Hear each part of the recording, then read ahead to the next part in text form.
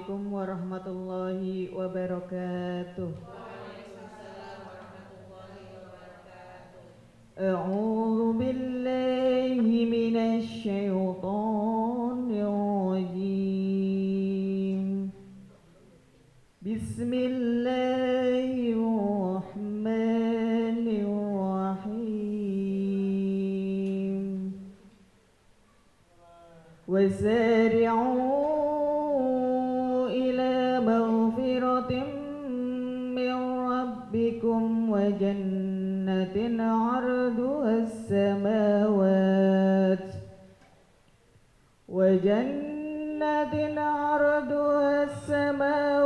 wal ardu 'iddat lil muttaqin alladzina yunfiquna fis sarra'i wad dharra'i wal kadhimina al ghayz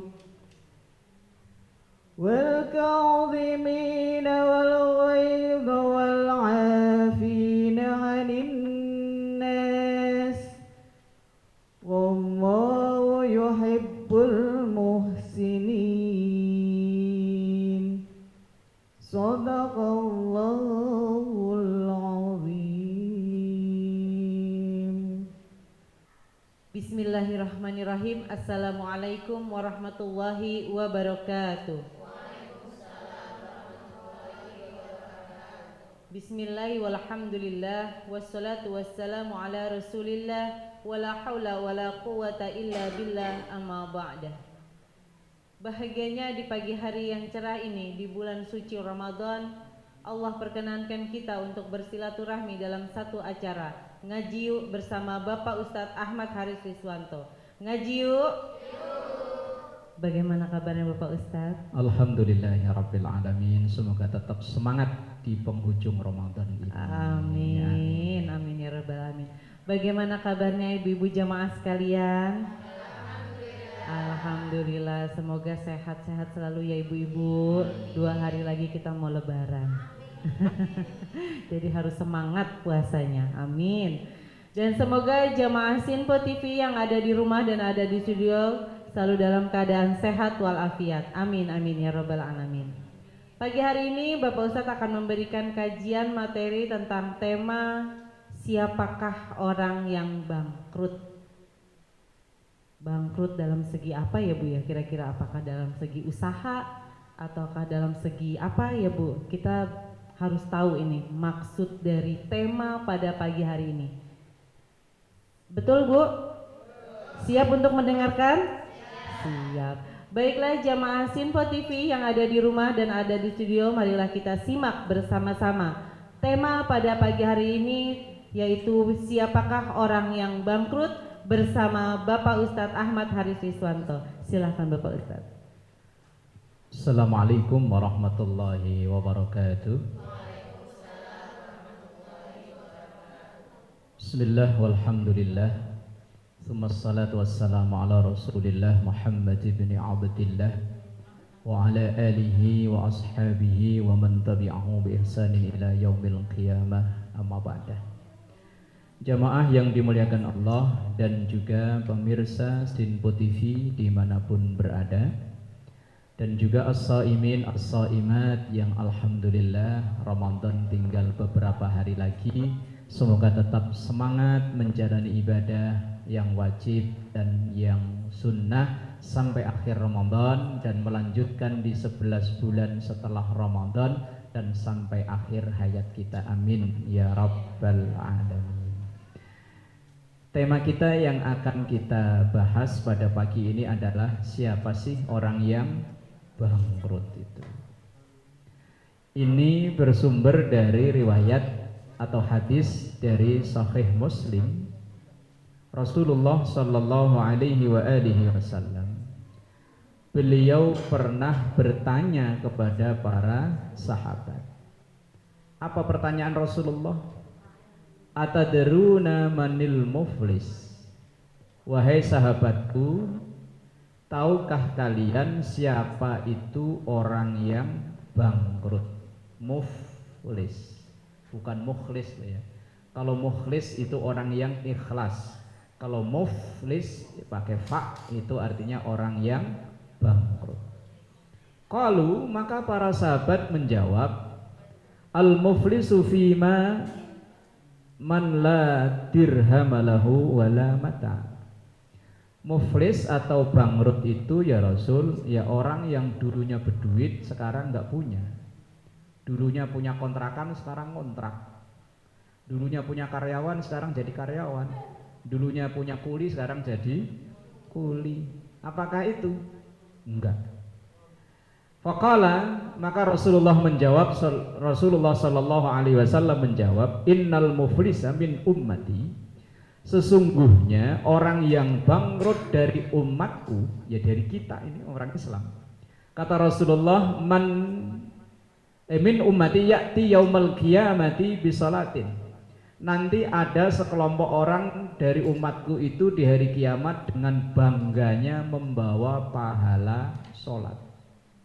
Kalau mungkin bisa diilustrasikan, mungkin pahalanya itu digendong sampai deyeng wong sholatnya rajin, ma waktu penuh, qobliyah ba'diyah iya, duha iya, tahajud malam kurang puas tambah siang.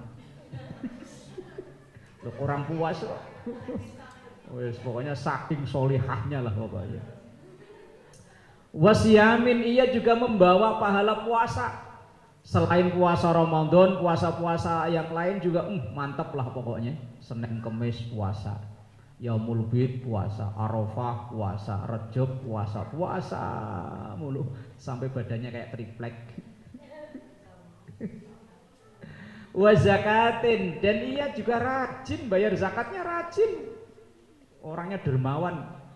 Kalau orang Jawa bilang nyah-nyoh. Ada panitia mushola datang, butuh berapa? 10 juta. Ini Pak, majelis taklim mau bikin seragam buat marawis. Orang kaya nyah-nyoh. Nah, tapi kok disebut bangkrut, wayati qad syatama hadza. Tapi satu sisi ia juga pernah maki-maki orang, belum minta maaf. Ayo, siapa yang hobi maki-maki, ayo.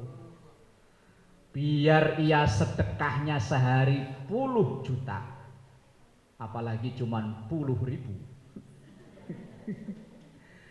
Kalau ia pernah maki-maki orang yang dimaki-maki itu nggak berani bales, wong mungkin dia karyawannya, mungkin dia bawahannya, mungkin dia pembantunya, mau bales nggak berani, mau menuntut balas nggak berani.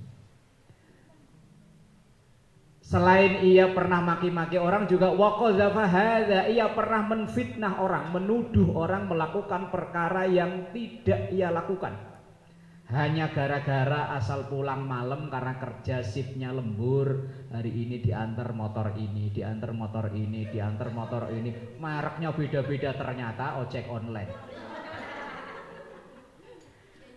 Lah, walaupun ibadahnya bagus, tetapi satu sisi ia ke masyarakatnya tidak bagus. Wa akala malah hadza, ia juga pernah makan duit orang, dititipin nggak dikasih malah diembat. Ini orang yang bangkrut. Walaupun ibadahnya tekun, apalagi yang ibadahnya enggak tekun. Wallahu a'lam bishawab. Kita jeda dulu Bapak Ustadz. Baiklah jamaah Sinpo TV yang ada di rumah dan ada di studio, jangan kemana-mana, tetap di Ngaji Yuk bersama Bapak Ustadz Ahmad Haris Riswanto. Ngaji yuk.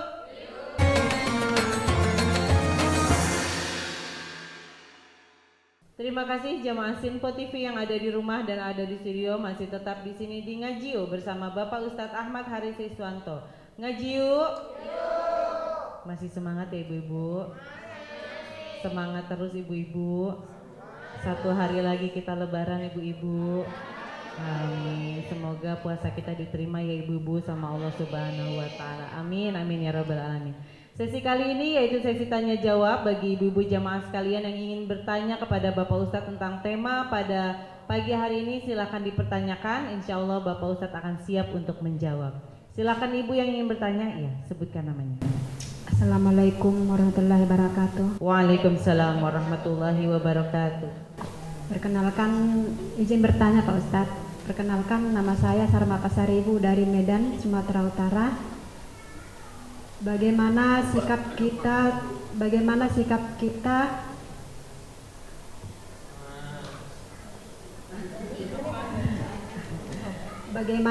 kita ketika minta maaf tapi belum dimaafkan? Mohon penjelasannya Pak Ustadz.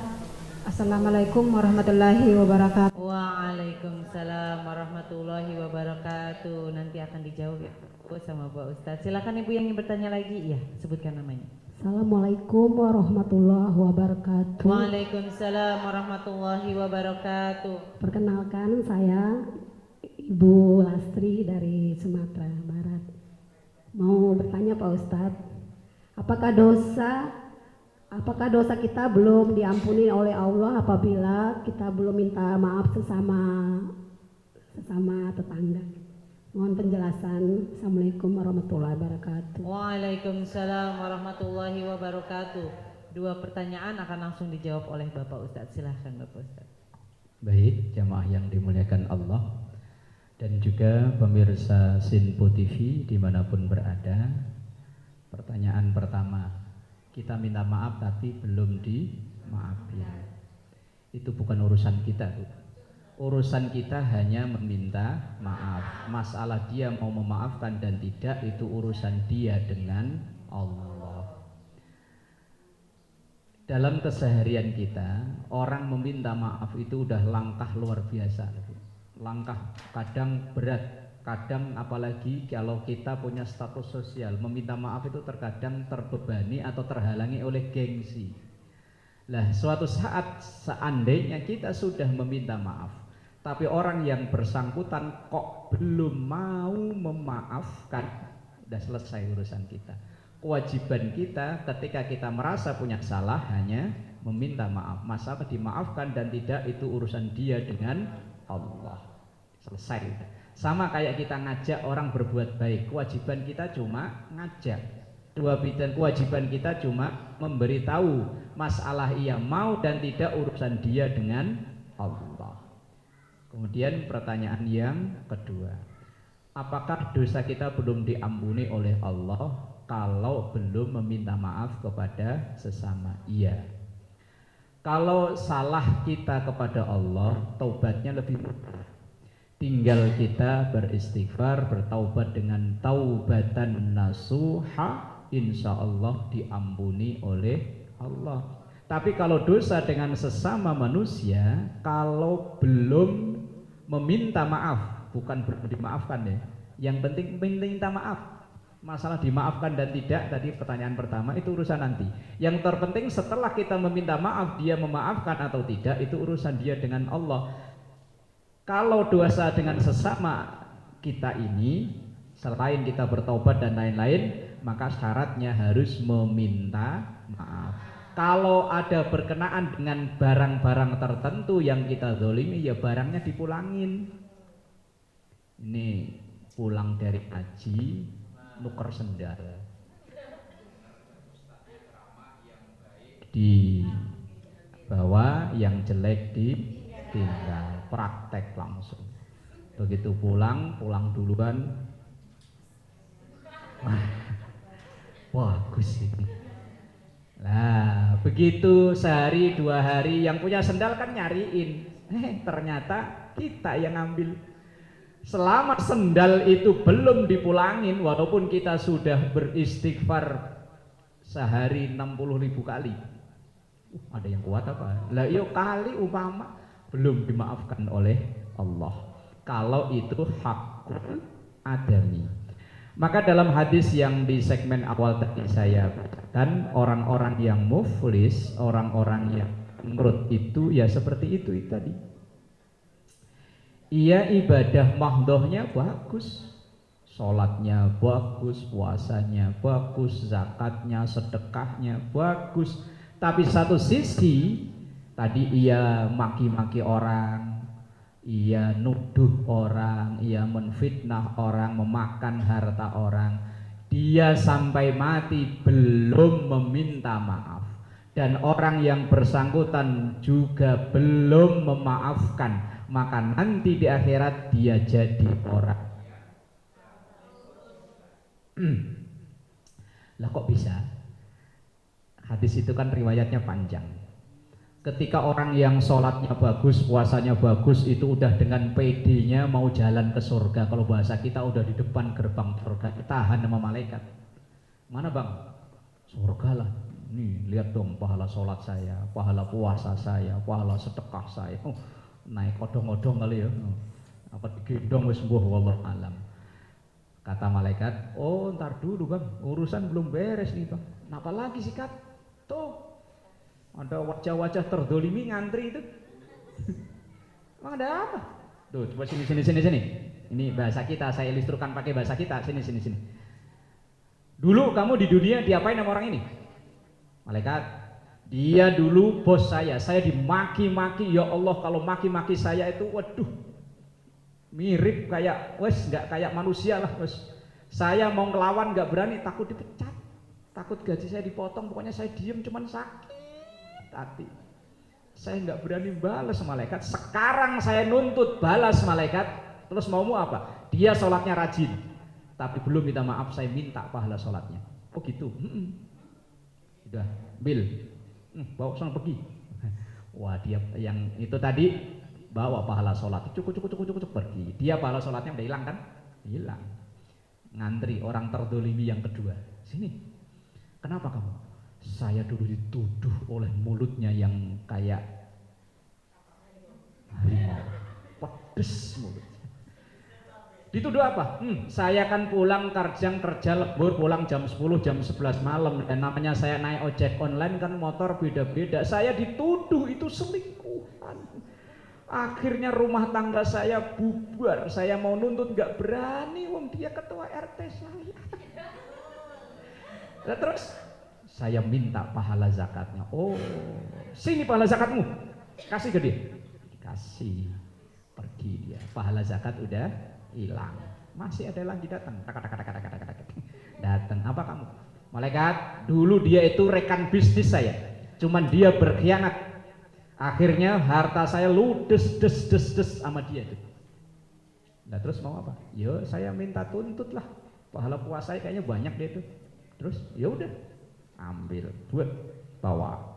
Lah kalau masih ada yang datang nuntut lagi, sementara pahalanya udah habis. Nah, kalau udah habis gimana? Malaikat, saya menuntut, udah nggak punya apa-apa dia. Oh kalau gitu dosa saya aja buat dia. Akhirnya dialah orang yang bangkrut. Na'udzubillah, wallahu a'lam. Kita jeda dulu Bapak Ustadz. Baiklah jamaah Sinpo TV yang ada di rumah dan ada di studio, jangan kemana-mana, tetap di Ngaji Yuk bersama Bapak Ustadz Ahmad Haris Riswanto. Ngaji yuk.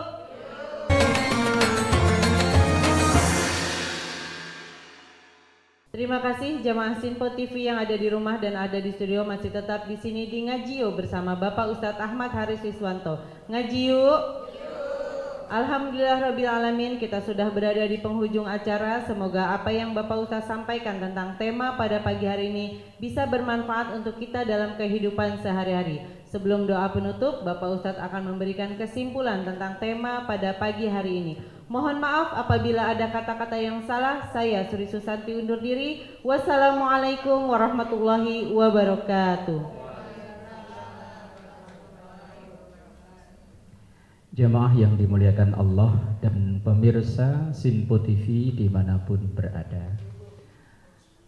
Bahayanya bangkrut kayak itu tadi, itu kan berpeluang terjadi kepada siapa saja. Walaupun kita ibadahnya bagus, tapi satu sisi lain kita punya perilaku yang begitu, dikhawatirkan kita jadi orang yang bangkrut. Maka budaya Lebaran, budaya Idul Fitri di kita Indonesia ini begitu indah, luar biasa. Kalau kita datangi satu persatu, kayaknya kan nggak mungkin Bu. Kalau kita mungkin sering berbuat salah dengan si A, si B, si C, kalau datangin satu-satu nggak mungkin. Maka cerdasnya para pendahulu kita, tokoh-tokoh agama kita ini membuat satu momen supaya orang itu kumpul jadi satu, kemudian ada momen saling meminta maaf, namanya halal. Nah, halal bihalal itu asli budaya Indonesia. Kalau ibu cari di negeri manapun nggak bakalan nemu. Jangankan di Amerika, apalagi Saudi aja nggak ada. Yang ada halal bihalal itu asli Indonesia, walaupun sepertinya itu Arab tulisannya halal bihalal, tapi ini produk asli Indonesia. Yang ada adalah di Indonesia.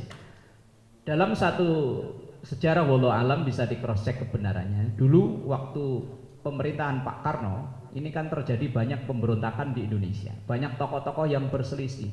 Kemudian Pak Karno punya ide bagaimana caranya untuk menyatukan tokoh-tokoh yang ada di Indonesia. Beliau akhirnya sowan ke Kiai Wahab Hasbullah, salah satu tokoh pendiri NU Jombang, Jawa Timur. Kemudian Kiai Wahab Hasbullah membuat usulan bagaimana kalau kita kumpulkan, kita bikin satu acara, di situ rekonsiliasi atau islah, perbaikan. Nah, terus nama acaranya apa Kiai? Kemudian Kiai Wahab Hasbullah, kita bikin adalah halal bihalal, saling menghalalkan. Kalau saya salah ya mohon dihalalkan, artinya dimaafkan. Kalau yang lain salah kepada saya ya akan saya halalkan, artinya saling memaafkan. Biar urusan dunia ini selesai, nanti di akhirat sudah tidak ada tuntut menuntut kayak kasus muflis itu tadi. Ini budaya asli Indonesia, halal bihalal.